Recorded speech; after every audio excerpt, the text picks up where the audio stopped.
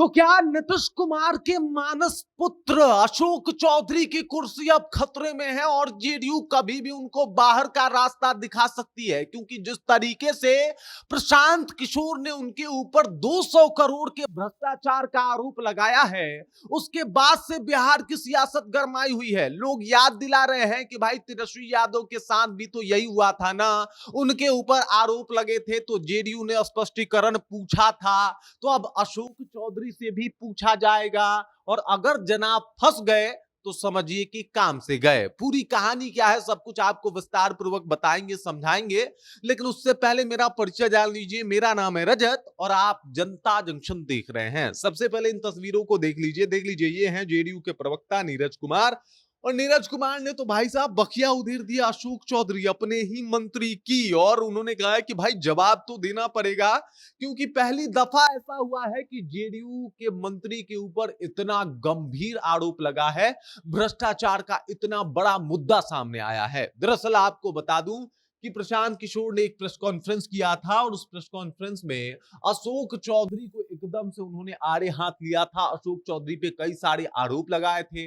इनके ऊपर आरोप लगाया गया था कि भाई साहब इनके पास जो है वो 200 करोड़ की संपत्ति है। पिछले 2 सालों में इन्होंने 200 करोड़ की संपत्ति अर्जित की है। सवाल यह है कि इनके पास 200 करोड़ की संपत्ति आई कहां से? इन्होंने मतलब प्रशांत किशोर ने यह भी आरोप लगाया कि ये जो अशोक चौधरी हैं, इन्होंने अपने जो पीए है इनका, उसके नाम पे भी इन्होंने संपत्ति खरीदा है। उसके बाद संभवी चौधरी के नाम पे उस जमीन को ट्रांसफर करवाया गया था। ये तमाम बात जो है वो कहीं ना कहीं प्रशांत किशोर ने अशोक चौधरी को लेके बोल दिया है। मतलब अशोक चौधरी बुरी तरीके से फंसते हुए दिखाई दे रहे हैं। और जेडीयू के बारे में सबको पता है कि भाई साहब वो थोड़ा साफ और स्वच्छ छवि के नेताओं को ही अपने साथ लेके घूमती है। भ्रष्टाचारियों को बर्दाश्त नहीं करते नीतीश कुमार, और पहले तो बिल्कुल नहीं किया करते थे, ये सबको ज्ञात होगा। अब नीतीश कुमार से जो बॉन्ड है वो बहुत अच्छा खासा है। आपको बता दूं अशोक चौधरी का, आप देख सकते हैं कितने साथ में दोनों प्यार से दिखाई देते हैं।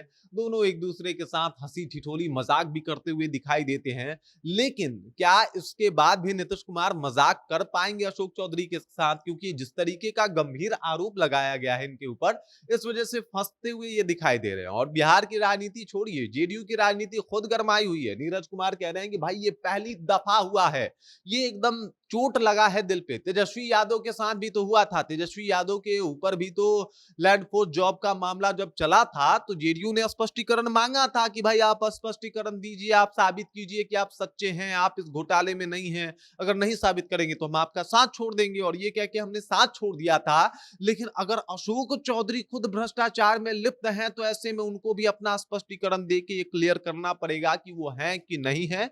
मतलब क्लियरिटी चाहिए। अगर क्लियरिटी नहीं मिलेगा तो ये जेडीयू के ऊपर गंभीर प्रश्न खड़े हो रहे हैं, और ये सारी बातें नीरज कुमार ने बोला है। और ऐसे में जब इतने सारे सवाल शुरू हो गए हैं अशोक चौधरी को लेके, तो ये बड़ा मुद्दा सामने आ गया है कि क्या जेडीयू जो है अब अशोक चौधरी को एक्सेप्ट करने को तैयार नहीं है, जब उनके ऊपर इतना बड़ा मुद्दा छिड़ चुका है। यानी नीरज कुमार जो कि प्रवक्ता हैं, एमएलसी हैं, और नीतीश कुमार के खासा ये भी करीबी माने जा रहे हैं, वो अगर इस तरीके से तल्ख तेवर इख्तियार करके जो है वो घेराबंदी कर रहे हैं अशोक चौधरी का, तो इसका मतलब है कि भाई जेडीयू में सब कुछ तो ठीक नहीं चल रहा।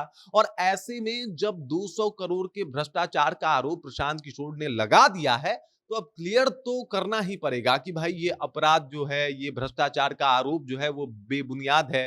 वरना मतलब नप सकते हैं मंत्री जी, और वो भी नीतीश कुमार के कद्दावर मंत्री हैं। और ऐसे में इनके ऊपर 200 करोड़ का गंभीर आरोप कहीं ना कहीं इनके करियर में अगर ऐसा कुछ होता है तो एक बड़ा धब्बा साबित होगा, और हो सकता है कि मंत्री की कुर्सी तो जाए ही, नेताजी को जेल भी जाना पड़े।